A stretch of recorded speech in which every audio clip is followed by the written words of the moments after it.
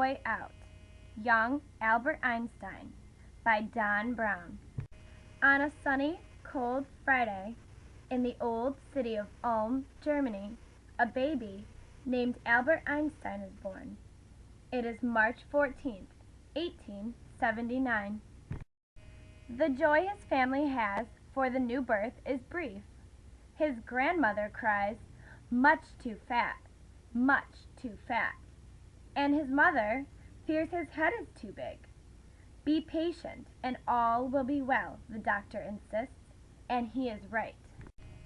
Albert grows, and soon it is time for him to coo and babble and make cute words. But he says nothing. His family frets and waits and frets and waits. Is Albert well?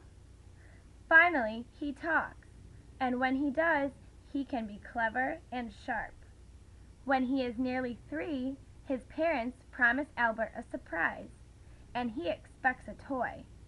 When instead they present him with a baby sister, he says, "Where are the wheels?" Albert is sometimes cruel to his sister Maya. He nearly hits her with a hard ball and strikes her head with a hoe. Poor Maya is not the only object of Albert's anger. Many times, when he is displeased, his face pales, his nose goes white, and a nasty tantrum follows. His temper so terrifies a tutor hired to help young Albert prepare for school that she runs away, never to be seen again. But Albert isn't all anger and brooding.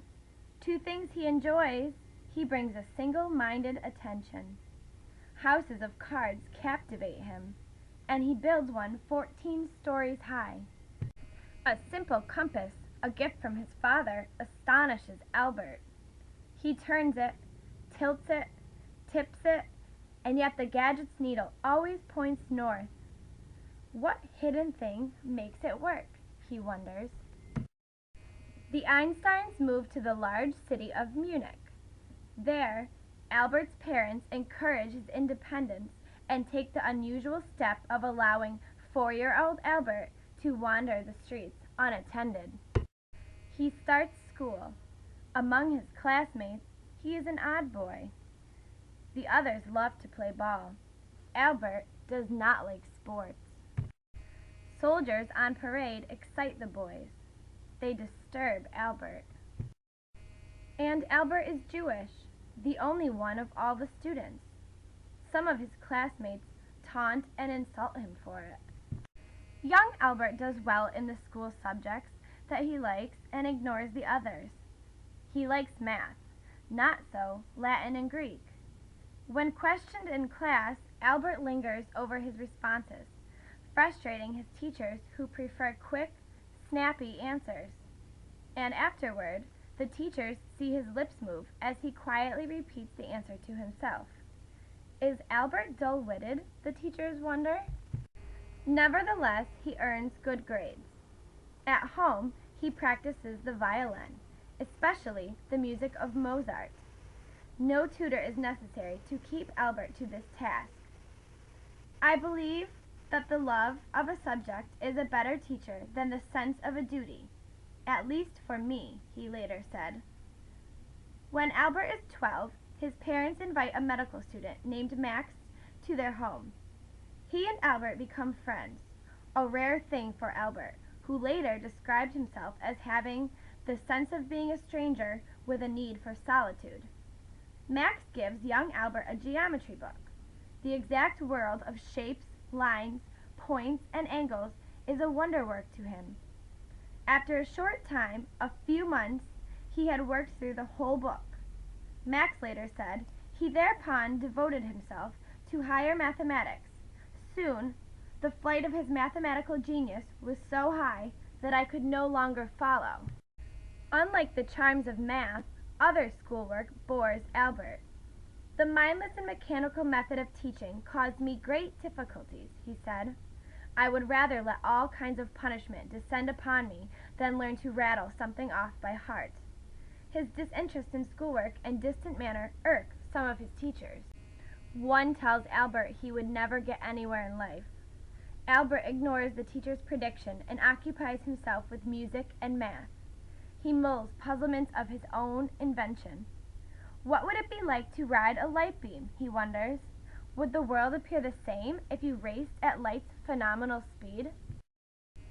When Albert is about 15, his father's business takes the family to Milan, Italy. But before Albert can leave Germany, the law says he must serve in the military. So he is left behind to first complete high school and then the army. Albert moves into a boarding house. His mood turns black. Albert is miserable at school and longs for the comfort of his family. His happiness and health sink. To recover, he is given special permission to quit school and join the others in Italy. Life is sunny there.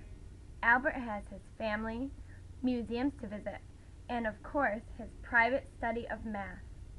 For this, Albert can push everything else from his thoughts, much as he did when he built houses of cards. He tries to enroll in a college in Switzerland, but unprepared in the school subjects he has neglected, Albert fails the entrance test. He spends the next year earning his high school diploma and then enters the school and trains to be a scientist. Young Albert graduates and tries to find work teaching at a university, but no job appears. In 1902, he takes the position of expert 3 class at the Swiss Patent Office, a kind of government library for new inventions. Albert marries and becomes a father. The duties of family and work do not stop him from puzzling and wondering about math, about light, time, the world, the universe. Sometimes he pushes his baby son's carriage through the streets of Zurich. Like a night sky filled with stars, Albert's mind is bright with glowing ideas. And as stars are joined into images called constellations, Albert's ideas make a picture of space and time, and energy and matter that no one has ever seen before. Albert says that light is made up of tiny bits of energy called photons that behave like a spray of water from a hose.